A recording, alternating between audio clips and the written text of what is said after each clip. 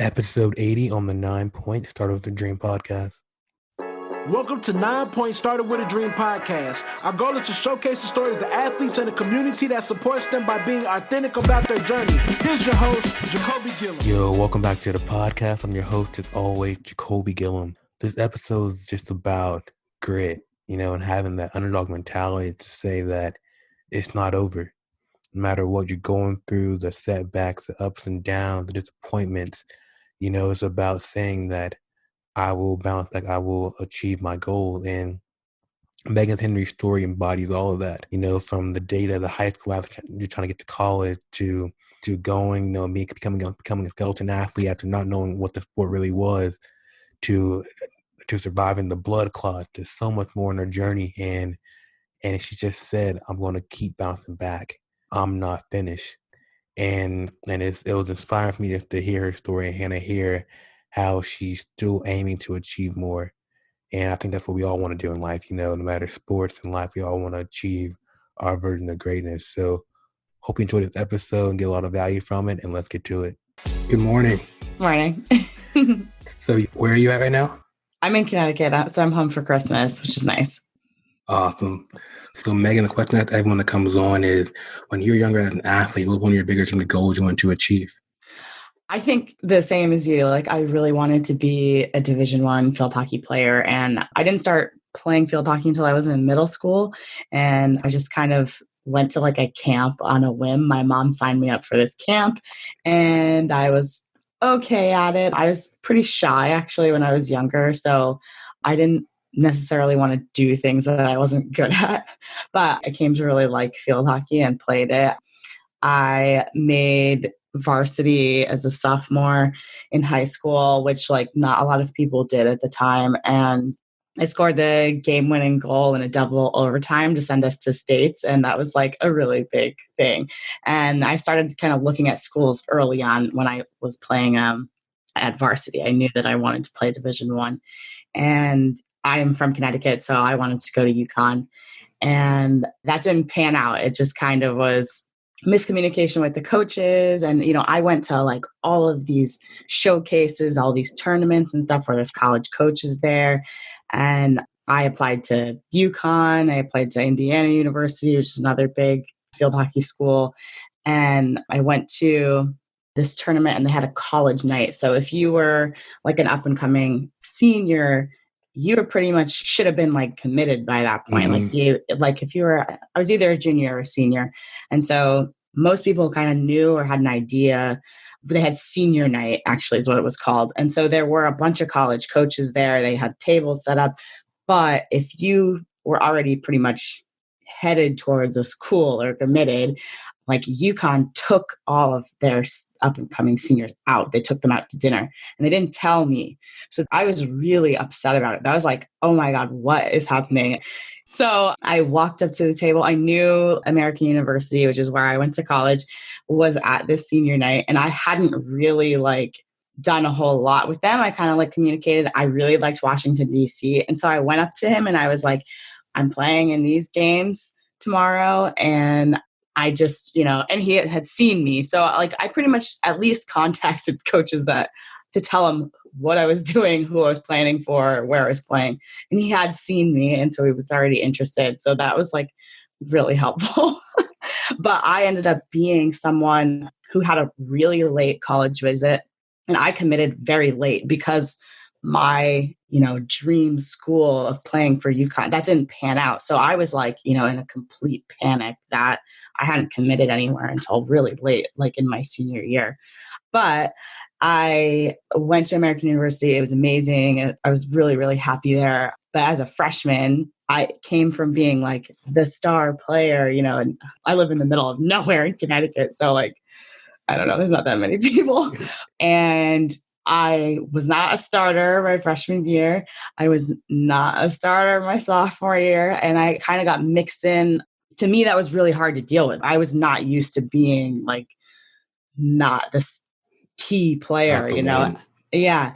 And so I know that kind of sounds a little spoiled, I guess, but I wasn't used to it. And because it took me a lot of time and energy to be a really key player in high school, I was expecting like the work was already done, and it wasn't. I had a mentor that told me like back in the day that his coach told him in football that look to your left, look to your right. Everyone in this room wants an all-star on their team as well.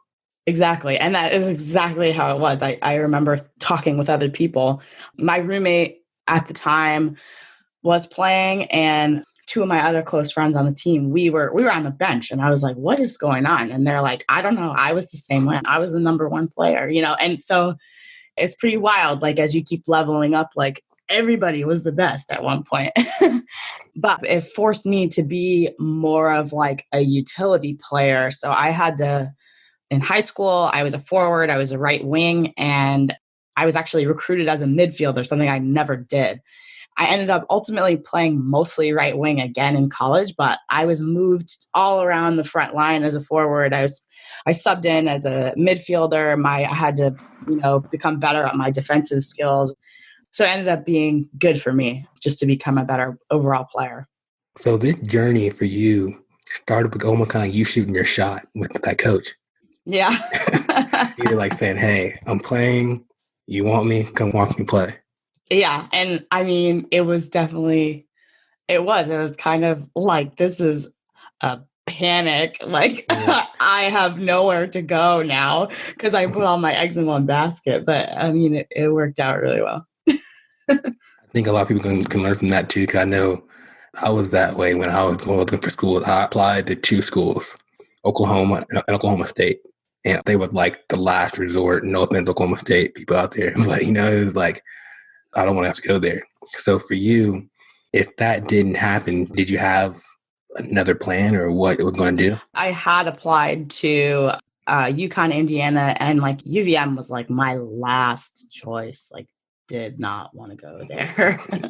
And I had done an official visit there, and it would have been okay. I would never have become the player that I did. And, it all works out serendipitously. You think it's bad, but I absolutely loved my college athletic experience. My college coach was phenomenal. He's one of the best in the country. I would put money on it. He's coached the women's national team at the Olympics. He's an Olympian in field hockey, and the coaching skills that he has and how he treated us set me up for success down the road. Like I think that I would have never found that anywhere else, just how incredible he was as a person.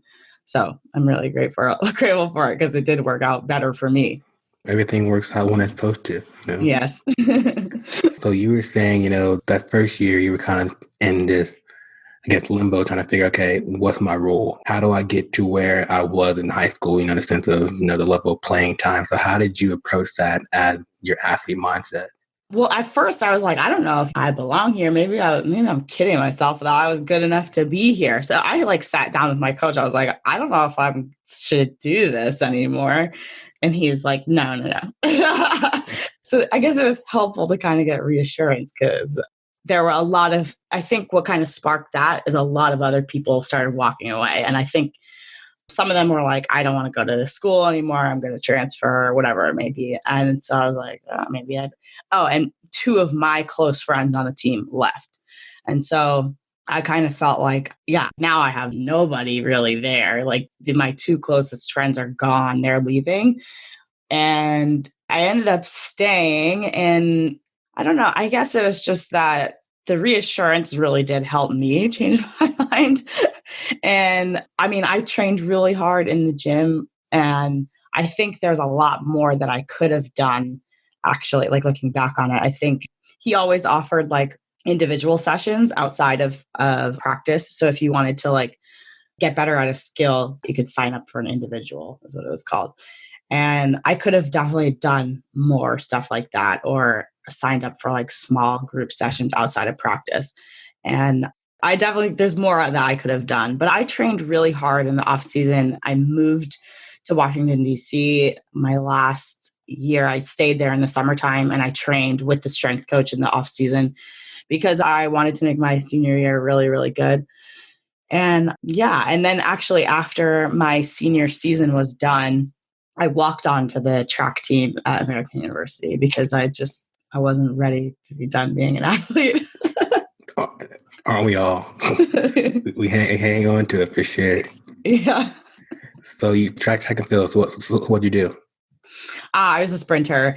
So like indoor, I guess, is it 55? I don't even know. 55 indoor, 100, 200, 4x1. Okay. And So you're quick. I like to think so. I'm all right. Like You're right. I'm not like national level, but I'm good. So I think it's kind of cool, like kind of how your story's playing out so far, because the field hockey thing with the coordination, with the running with the the stick and like that ball, like that. Then you go to track and field where you work on your sprinting, your mechanics, and now you're in this skeleton. Yeah. So after I graduated college, I enlisted in the Army, I guess, because, well, I was trying to get a job, and a lot of places were like, you need 3 to 5 years work experience, you need a master's degree. And I was like, good. All right. I had an interest in joining the military actually when I was very young, and I thought it was an honorable thing to do. So, like, within a month of graduating, I had joined the Army and I shipped off to basic training.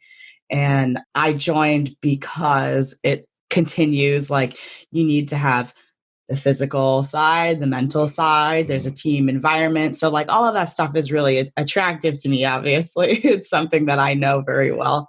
And it allowed me to continue that. And then after I was finished with all of my like basic training, my advanced job training, I was recruited to do bobsled. My strength coach from college was actually contacted by Alana Myers Taylor. She is a multi-time medalist for the United States in bobsled now. And at the time, she was a like up and coming driver for bobsled.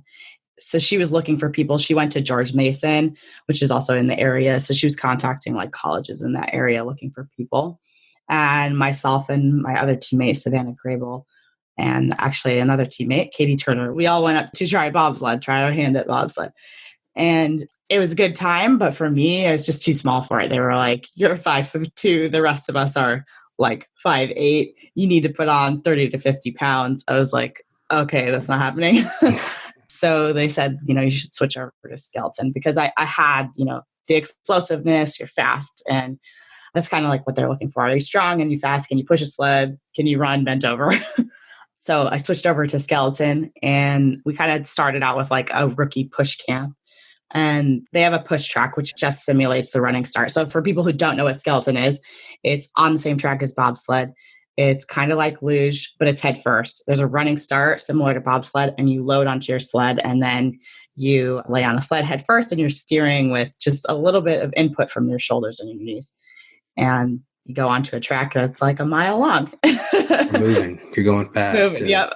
Yeah, up to 80 miles an hour is like what we usually say. It varies from track to track, but it requires that fast explosiveness. And my first push championships, I won the rookie division, and I later won again. And I didn't actually end up competing in all of them, or sometimes we didn't have a push championships because it's not entirely necessary, but we had a combine every year too. And so I had like one of the highest combine scores. I was always trying to show up as like, I'm making a statement at these combine tests because I want people to know, like, here I am.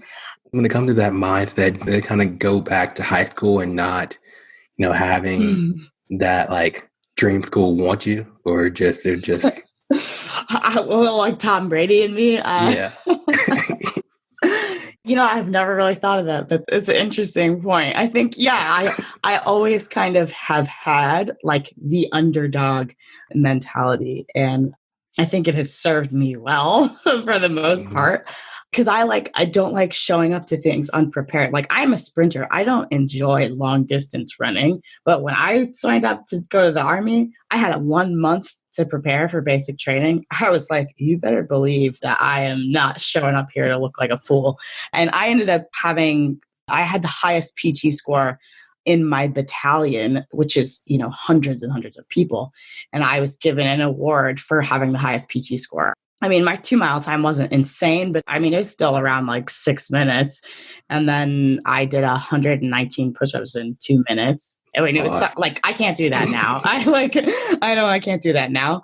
And I definitely can't do a 6-minute 2-mile right now. But I trained for it because I was just like, I am going to show up. And I know the physical stuff is going to be really difficult there, but if I can at least show up in shape, then I can deal with the mental side of it. So, and I guess same thing for, for skeleton. Love that. If you're at least, you can prepare for what you can prepare for, you should do it for sure. So for me, that I watched skeleton races and like the interview, and I was like, so you got to be kind of fearless to go head first, and you're just going for it. So how did you or was your first race like, like terrifying, just knowing unknown in a sense, or how was that? So in skeleton, when you first start, they start you lower on the track and then you like gradually move up the track. So you're not just like bombing off the top right away, which is good. You kind of get like a feel for it. But because I was a fast pusher, I had like a few weeks of training, and then they sent me to a race in Canada because they didn't have enough people at the time to fill this race. It was a North America's Cup race in Calgary, and I had no clue what I was doing, like none. But they're like, "You're a fast pusher. We're going to send you to this race."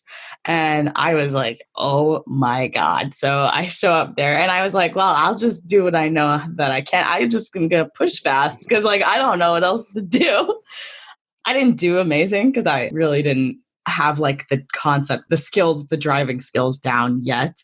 But it was very exciting. It was exciting to be able to represent the US. It was an international race. It was a low level race, but it was still really exciting for me.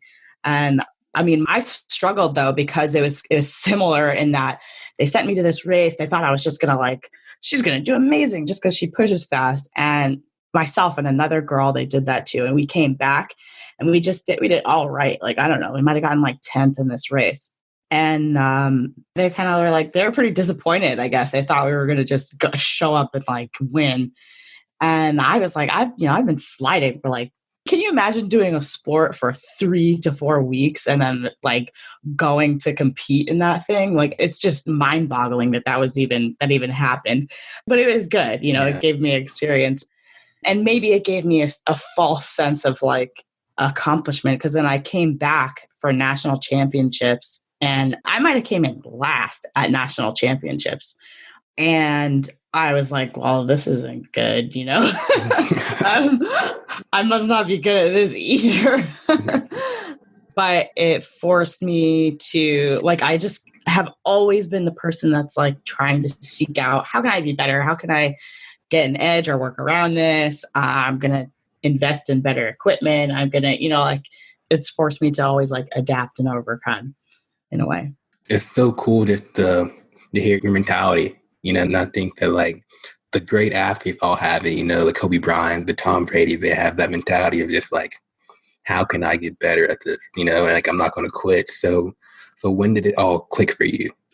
So let's see. In 2012, I was the national champion. A couple of the higher level, like Olympian girls were not there. I would say like the top 2 women weren't there. So I saw this as a complete opportunity to win and have this title. And everybody saw that. Everybody was like, this is an opening for somebody to claim this title. And I slid very well at the time. And that was one of those true, I am in the zone moments. And, every athlete has one. And you're like, everybody's trying to recreate that moment. They want to, recreate that feeling, that euphoric feeling that comes with being in the zone. And I would say that is one very vivid time where I felt that way. And, you're always trying to recreate that. So I won national championships in 2012, and it was awesome. And that for me was like, okay, this like confirmed that I at least know what I'm doing to some extent. So I moved out to Utah for the summer to train, and they have a push track there. And I just set up like who I was going to be training with. I trained 5 to 6 days a week, sometimes twice a day. And in August of 2012, I actually started a birth control, and I started to have difficulty breathing. Within 10 days of taking it, it was just having like shortness of breath. And I mean, at that time I was eating the same. I was super like dedicated. My diet was crazy. Like, everything was really, yeah, super lined up. And I had to take a combine test. So I was prepping for the combine. And I went to this combine test and I was like warming up. I was just jogging around the track. I couldn't even make a lap around the track. And I was like, I don't know how, because I was having such a hard time breathing. And I'm like, I don't know how I'm going to finish this thing. And we only sprint 45 meters. So you can take 3 attempts for everything. I took 1 attempt for things because I was like, I can't do more than 1 attempt. I did the 45-meter sprint and I like fell over at the end, just trying to like catch my breath. And I'm like, I have no clue what's going on. And, people are looking at me like I have 5 heads because they're like, this girl said she's like already done skeleton, because there were new people there. So I'm a veteran athlete, and they're like, this girl is like, what is wrong with her? It was really embarrassing. But at the same time, I was like, I have no idea what's going on. And I ended up somehow making it through the entire combine. And I set personal records in my sprints. I had like tied my best, but I set personal bests in. We do a forward shot toss. We do a standing broad jump. We do a max power clean and a 3-rep max back squat. At the time, I set a personal best in my clean, which I have rematched. And then my back squat, I have never done that again since then. I've never matched that in a combine, which is crazy. And then I went to the doctor. They couldn't figure out what was wrong. But the whole time, my mindset, I think, is what got me through that, was just because I was like, I just have to do 1 more of these things. I have to do 1 sprint. I got to warm up and do 1 of these cleans. It was just keeping my eye on just making it through this event. And if you told me that I had to go and repeat that combine under the same conditions, there's no way I could do it. I don't know. I don't know how I was able to complete that, but I did. And I did. I had the highest combine score. And I came home. I saw a number of doctors, couldn't figure out what was wrong, despite me saying, I haven't changed anything about my life. My life is extremely regimented. The only thing that I've changed is I started taking this birth control. And finally, I saw a pulmonologist, and they were like, yeah, I'm pretty sure that based on your story that you have blood clots in your lungs, and I need to send you right away to the emergency room. And so I ended up going to an off-site imaging center. So it was for a CAT scan. And they did a CAT scan of my lungs, and they did ultrasound of your legs, because sometimes blood clots, they call it deep vein thrombosis, they can start in your legs and then they break off and travel to your lungs, and you can potentially die. So he's like, this is really, really bad, because it started to get progressively worse. I couldn't have a conversation. I would have been completely out of breath, really labored breathing, couldn't walk up the stairs. It was really strange, for someone who trained 5-6 days a week, Yeah. It was very unusual. So they send me right away to this imaging place. I get the CAT scan. I'm sitting in this room. For some reason, it's really dark in there, doing the ultrasound, and they hand me the telephone, and they're like, this is Dr. Wasser. He's on the phone for you. And I hold the phone up, and I'm like, hello, expecting good news. I don't know why I was expecting good news, but he's like, Megan, you have multiple pulmonary embolisms in both lungs and a blood clot off of the main pulmonary artery. I'm sending an ambulance to come get you, and you're going to be in the hospital. And I was like, what? Whoa. And my stomach just sank, and I just started bawling. I don't know. It was the depths of my soul bawling. And so I go to the hospital. I'm bedridden for a week. They're giving me blood thinners. I had to do these injections in my stomach. It was horrible, horrible experience. And when I got out of the hospital, they were like, well, you can start walking for 10 minutes a day. And that was very hard. And I was constantly, so when you're on blood thinners, you have to check your blood to make sure that it's within a certain range, because it can't be too thin and it can't be too thick. And so I had to constantly be going in and out of doctor's offices 4 times a week, because in the beginning, they're trying to figure out what dose works best for you. And I just was like, I can't believe this is my life. I never saw this coming. You went from all this achievement to the accomplishment to being the, Megan, just the one. And now you're like, I can't even walk Yes. And, you talk about like, who am I? Because my identity for most of my life was that I am an athlete. That is my I am statement. That is very real to me. And so when it was taken away from me, I had a very hard time with that. I had an extremely difficult time. I was very depressed because it was months of that. It was months of being alone. I saw that my teammates were competing. I actually went and watched team trials, and it was very difficult. It was really hard. Yeah, it really did hurt. And then I moved out. So I'm in the Army, and I was an athlete for the Army at the time as a world-class athlete program athlete. So I went out to Colorado, which is where WCAP, the World Class Athlete Program, is headquarters. So they were kind of like overseeing my care. I ended up like working in the office. I was helping as what they call it, the NCO training non-commissioned officer. And it was very hard because I was working as like an administrative person while I'm recovering. I'm not training, but I'm helping all of these other athletes. And I'm sitting in on like these staff meetings. I was just like, I am on the other side of what's supposed to be, me.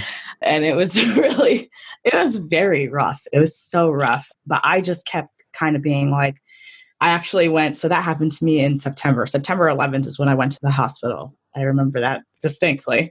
And then I was like, I'm going to ask if I can get a CAT scan in December and see if I'm cleared. And I wasn't, but I was like, I'm going to be clear. I'm going to be clear. I'm going to be clear. And I'm like, well, I'm going to get another CAT scan in March, and I'm going to get if I'm clear, because they told me, you may never be an athlete ever again. This may take a year or 2 years for you to be on blood thinners. And I'm like, oh my God. So I was just like, I know that this happened because of this birth control that I started taking. I prayed that I didn't have a blood clotting disorder, because that sometimes happens. People have a blood clotting disorder they don't know about, and then something like that happens and brings it on. And I just set my sight on, I'm going to be cleared by March. I'm going to go and just slide just to train by myself to get the feeling back. And I think I went for like a week. I didn't even go that long. It was just because March is the end of the season. So I was like, well, I'm going to go and I'm just going to slide and just, know that this is still something that can happen for me, and just really plan for the next year. But I was out all of 2012 to 2013. And the Olympic season for us actually starts 2013. And then the Olympics are in February of 2014. So that was the entire year prior to the Olympic season that I was out. And I ended up going to the Olympic trials, and all of these people who I was ahead of, because I was still pretty early on in my like development in the sport, people like leapfrogged me. They were ahead of me. So I left. I was the national champion, but in terms of world ranking, I was 5th for the US. And then when I came back, I was like 10th in national team trials Olympic year. And I was just like, God, this is not what I wanted, And it was, I do think everything happens for a reason. I made a point to share my story to try and like help other people. I went to Washington, D.C., and I spoke in front of Senate staffers. I linked up with actually a girl from American University had passed away, and I had linked up with her family and other people to try and like kind of spread this word. So I was like trying to turn my tragedy into something that helped other people and give them some kind of a warning and something they could look out for. And also for athletes to know that we're not as immune as we like to think we are. We're not invincible. Yeah, because that was a crazier thing. But I do think actually that if I hadn't been an athlete and I hadn't been in as good shape as I was in, that there's no way that I would be having this conversation with you. I do think that being an athlete saved my life. So I encourage other people, if you don't work out, then you need to, because it definitely helped me. You have to remind me of a story I interviewed. Her name is Jennifer Kagi. I think I said her last name right. She played volleyball overseas, and she found out she had ovarian cancer. And she found out overseas, and she had to fly back home and get surgery done. She was saying the same thing that you said, about how being an athlete kind of gave her that mentality just to like know that I'm going to get through this. that I'm gonna keep fighting and I can't give up. So I think it's awesome that you're saying that. 'Cause hopefully anyone can get that same, validation that, hey, you just got to keep fighting. One more rep. I mean, in the moment, there were some very dark times mentally for me. And it was hard to kind of look at the light at the end of the tunnel. And I just had to, just talk to myself in a way and tell myself that this is not permanent and this is what's going to happen for me. Kind of like affirmations in a way. I was like, I'm going to come back in March. I'm going to slide in March and I'm going to compete in team trials. And this is going to work out for me. Because I believed that. I believed deep down that I was not going to have a blood clotting disorder. And I didn't. So for me, it was very hard to hear like a doctor who's like an authority figure say, like, you may never be an athlete again. And so in a way, I was like, nah, you're wrong. I'm going to prove you wrong. This is not my reality. So I guess that helped me in a weird way. Hey, it worked out though, right? Like you're here. So how is it going for you now? After your years has passed, you're back in training, you're back in the zone. So what's it like now getting ready for seasons and everything else coming? I mean, coming back, it was a long road because I had a lot of really, really ups and downs, but I ended up racing off for the 2015 World Championship team, which was sweet because that was the season, after the Olympic year. And for us, World Championships are the Olympics of the non-Olympic year. And so for me to make that was super awesome. But then I kind of was like up and down, but I had made the national team pretty much ever since. And we have two levels of the national team. So there's World Cup and then there's Intercontinental Cup. And the Olympic team is chosen from the World Cup team. Usually there's like really rare instances where someone will make it from ICC or Intercontinental Cup. So for me, like I've always been like, okay, I need to make the World Cup team. And it's just been like slowly progressing towards that. And every year I learn something new or I keep developing. You're never at your potential or your peak. There's always stuff to learn, especially in skeleton. Skeleton's a weird sport. It's very, very technical. And it does take a lot of experience to become really good and good coaching. Good coaching, a good mentality. Skeleton, there's always ups and downs in skeleton. And so I, like last year, actually, the year of the 2018 Olympic trials, I was in fourth and we only were going to take two, but we ultimately actually only qualified two. And then last season, we had two spots for the World Cup team. I missed making it because I made third at team trials. And I was like hundreds or tenths away from making the World Cup team. And I'm like, you gotta be kidding me. But the thing is that when stuff like that happens, you just have to like reorient your path and reorient your goals. So I was basically like, okay, I didn't make the World Cup team. I am going to be top 3 overall on my circuit on ICC, which I was. I wanted to like have really consistent start times. I broke the American start record last year, which was awesome. It was my record and I broke it substantially by a huge amount. And then I wanted to qualify for World Championships. So we qualified a third spot.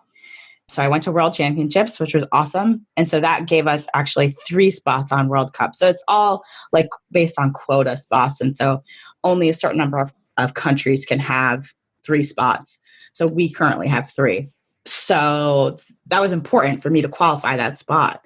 And then this year, we had team trials and I actually won team trials overall. Yeah, it was really wild. The number USA won, she already qualified. She had a bye because she won national championships in March. And then we had 2 weekends of racing and I came in third the first 2 races in Lake Placid. And we were supposed to race in both Lake Placid and Park City. And Park City is my like better of the 2 tracks.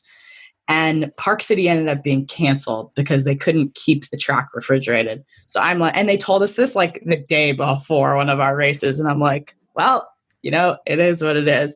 So I just got to keep focused on what I have to do right now. And so we have 2 heat races. And I was like first for one heat. And then I dropped to third or like I was just back and forth and I'm like, oh my God, I'm sitting in third. And because that girl already has a qualified spot because she has a bye, there's only 2 open spots. So I cannot be sitting in third. So then the next weekend, we only had 1 day of practice so usually there's 3 days of training before a race. We had 1 and the other 2 got canceled because of weather. So I was like, well, like, I'm just going to try and have fun. So sorry, the ICC team was supposed to have their visas to go to Russia because they were racing in Russia. And because I was sitting in that third spot, my coaches were like, maybe you should get this visa. Because I said they started doing that process in the summertime. And I was like, I'm not getting this visa because I'm not going to be on ICC. Like that's kind of what I was like. I'm like, I'm not doing this because I don't want it. I'm not thinking about that. That's not an option for me. So then I'm sitting in this third spot going into the second weekend of racing. And they're like, you should potentially get this visa. So the day before the race, I'm like frantically doing this paperwork and all this stuff. And like, because I'm in the Army, you need to make requests to travel. And especially to Russia, that's like a huge deal, right? Like they're like, why do you need to go to Russia? So that's kind of what was happening the day until the night before that race. And I was like, I sat down the night before and I was like, I do not want to go to Russia. But if I do, I've made a lot of improvements in team trials so far. And I know that this is going to be a really good learning year for me, no matter what happens. And so I kind of like surrendered at that time. And I was like, you know what, no matter what happens, it's going to be okay. If I don't make World Cup, it's okay. And I think that's what helped me have like a really clear mind going into the last 2 races. And I won both of the last 2 races, which ultimately put me in first overall, which is insane. Like when I think about it, I'm like, that wasn't real.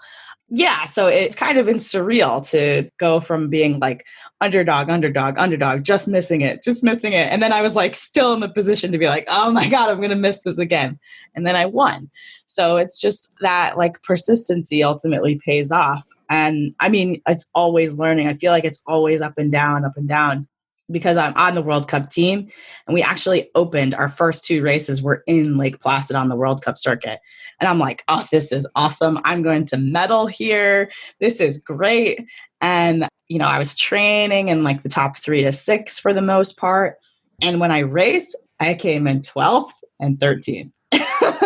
So it was like, okay. And I think for me, it was because I was so focused on, I mean, I wanted to slide well, but I think when even if it's subtle, the subtle shift to focusing on the outcome and like wanting something or like trying hard to get it, that's when it becomes elusive. So for me, I think that is why I performed the way that I did. I think I was thinking a lot. You're thinking a lot rather than letting your body do what it already does. That naturally does. I can relate to that. When I ran track, I had this thing like at practice where I'll just be so loose and like I'll just run like sprint, you know, I'll just be jaw flapping, you know, arm just going.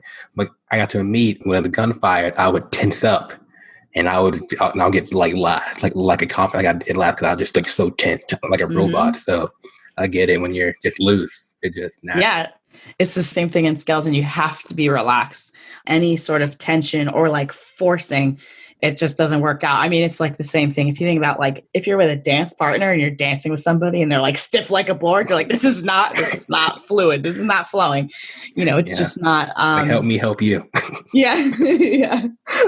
So yeah, you can't be like rigid. And it's so subtle too. And it just all starts in the mind. It just, whatever it is that you're thinking about, even like subconsciously. And it's not like I said, that wasn't my whole focus, right? I was like, I think for me, I was trying to recreate what happened during team trials. I was like, okay, I'm going to like have fun and this is going to be like this and I'm going to medal and blah, blah, blah. And rather than let it happen naturally. The thing that I love about sports and competing and being an athlete is that there's so much that you learn as a person about yourself in terms of like growing and reaching your potential and personal development. It is never over. It's never over. And I think that it's cool, but it can be really frustrating because you're like, I made it. Okay, no, I didn't. Like there's always another level. Yeah.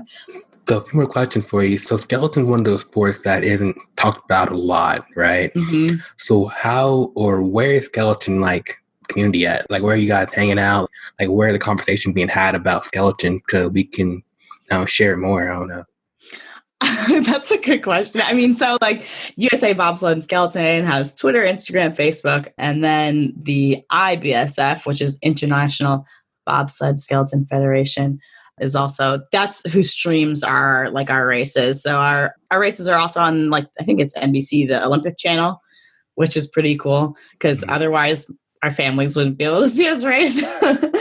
But I don't know. It's interesting because like bobsled and skeleton are such a niche sport in the United States. It's much bigger in Europe. Like it's a way bigger deal over there.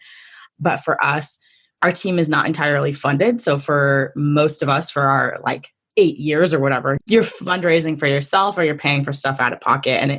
And that's for a lot of Olympic hopeful athletes. They're in these niche sports that people think it's great. You know, I think the general population is like, they're under the impression the Olympics is once every 4 years, but like I've been doing skeleton for 8+ years now at this point. And there's, I would say, hundreds of thousands of dollars have gone into me getting to this point. And there will probably be lots more money going that way. Because you're paying for travel, recovery, yeah, all the equipment. All the things. It's a huge expense and a huge dedication. I would have never been able to do this if I was not in the military. Just from a financial aspect, it takes a lot. And some people like go into debt or they are, working remote jobs while they're in season. And it's pretty crazy. It's pretty crazy what people are capable of doing. And I think a lot of people don't necessarily know that, especially about the smaller sports. Like, we're not a Lindsey Vonn or like a Shaun White or a Michael Phelps. Like you said, like the whole point of this podcast is kind of share those stories because you have people that are waiting tables during the day and they train at night and driving Uber, and just doing all these different things. Yeah. And I think it's cool too that you're sharing that because it just shows that it's more to the journey than just showing up to the event. Yeah. It's hard to have like a career. So usually I'm a reservist. So I go one weekend a month because I wouldn't be able to do skeleton otherwise outside of the World Class Athlete program. And like you said, I actually delivered food with DoorDash. I have mystery shopped. I worked as a secretary, like random things that in the long run are not something that like, I'm not going to do that for the rest of my life, but it's just to kind of like make ends meet. I'm 32 years old and I've spent a lot of summers like living with my parents, or I don't have a home for myself other than Lake Placid. Like I'm lucky that I can stay and live and eat and train at the Olympic Training Center in Lake Placid. But outside of that, I don't have a place that's mine. And it's weird because, all of my friends and stuff, they're married and they have kids now and they have a house, they have a job. And so it's weird to be on the other side of that because a lot of people don't necessarily understand. I think they can empathize when you tell them about it. They're like, oh, that's pretty cool. But there's a lot. Yeah, it's a totally different life. And you have to want to do it because a lot of people couldn't do it. Like, the day after Christmas, I'm flying to Germany and I'm going to be gone until March. And so it's like, it's hard, just to maintain relationships with family and friends, let alone like a significant other. We're pretty much gone 6 months out of the year. So it's like dating somebody in the military who's deploying like all the time. That's kind of what it's like. So it's a lot. It's a lot of dedication. And I know the feeling, like I never achieved that like elite status of an athlete, but I know like from in college, I would like drive Uber, or I would like give plasma so I can like, be a walk. Oh my God. And like even started 9 Point. I remember I was doing freelance work for jobs. I did so many like random things. I'm still doing random things now because I realized, like when you have the dream and you have the heart for it, you're like, all right, what do you do now to get to me for the future? Yeah. And I think there's some people who do recognize that because that's why people, down the road will hire athletes. Like companies are looking to hire an athlete because they know that when it comes down to it, like you can get stuff done with a shoestring and a paper clip, like you're going to figure it out. And it's because we've done stuff like that. And I think the general public may not know it, but there's people who know. And a lot of them were probably athletes themselves, to be honest with you. Exactly. So one more question for you if I let you go and enjoy the coldness of Connecticut. Yeah. I'm in Phoenix right now. It's like 65 all week, so I can't complain. So that's cold for you, right? Freezing. I'm wearing a pea coat. So what's next for you? You know, like you have this story, you have a journey of just, like you said, grit, you know, just overcoming objections, obstacles, and, you know, and just saying, I'm not finished yet. So what's next for you? Do you mean like this year or in general? Like whatever you want to be, whatever next means to you. So my goal for this year is I would like to stay in, right now I'm currently 11th in the world. I'd like to stay in the top 10 in the world for the rest of the season, which will be difficult. I'm going to tracks I've never competed at before, I've never been to. So that makes it a little more challenging. And after that, I would like to win national championships. That's my goal for this year. And then obviously my goal is to continue to make the World Cup team and then ultimately make an Olympic team. Chances are that we will only send 2. They just changed some of the allocations. So I think that the US will only send 2. So it's a matter of, you know, staying in that top 2 and just really being super dedicated in the off season. And I always like working with like junior ROTC programs. I like speaking, especially with like the female cadets or female athletes. I worked with this nonprofit called Z Girls that's partnered with Lindsey Vonn, and like doing a camp for young female athletes and just trying to give them like empowerment and believe in them. So I love doing stuff like that, especially for females. But after that, like after the Olympics, whether I make it or not, one thing that I have toyed with is going to ranger school. Okay. So now females can go to ranger school. I would have to shave my head. That's probably like the worst part about it. I have a long blonde hair. I'm like, oh my God. And that is something that would be entirely out of my comfort zone because it's all endurance type stuff, a lot of infantry tactics, land navigation, stuff that I either have barely, you know, been introduced to or stuff that's totally foreign to me. But I don't know. It's enticing to me because it is such a challenging thing that would really push me out of my comfort zone. And I think it's one of those things where I'm like, if I can get through that, I could literally do anything. And even just going, I mean, it would be a feat for me. And I think it would also make me a better leader. So it's something that I've toyed with. I will be quote unquote old by that time. So we'll see. I've toyed with the idea. Well, I will say this. If you overcome blood clots, you can overcome anything. Thank you. And I just want to thank you because I don't know, like each time I do these interviews and I kind of have an agenda of like, you know, like, I want to kind of just learn their story. I just want to listen. And hearing your story inspired me just to like, to know that your story is never written, you know, like it's all, totally. always another chapter that you can write. You control the pen. So much respect to what you're doing and everything you're achieving. Thank you. You're welcome. Thanks for having me. No, definitely. This was awesome. I want to try Skeleton one day. So one day. You should definitely. In March, when we have national championships in Lake Placid, people can try both bobsled and skeleton at that time. Like they have a friends and family day. So you're welcome to come. I think it's like March 21st. Okay. Put it in your calendar. I'm putting my calendar. I'm going to start stretching now. Yeah. I do a little CrossFit, so maybe hopefully okay. I'll be ready, you know? There you go. You'll be ready. Awesome. Well, Megan, enjoy the rest of your day. Enjoy the travel to Germany. Eat some good food, and we'll be in touch soon. All right. Merry Christmas. Merry Christmas. See ya. Bye. Bye. Yo, thanks for listening to this episode of the 9 Point Started With a Dream podcast. If you enjoyed this episode, please comment, share, leave a review. We would love to hear your thoughts. You can find more athlete-driven content at 9point.com. Till the next episode, you're only one opportunity away. Peace.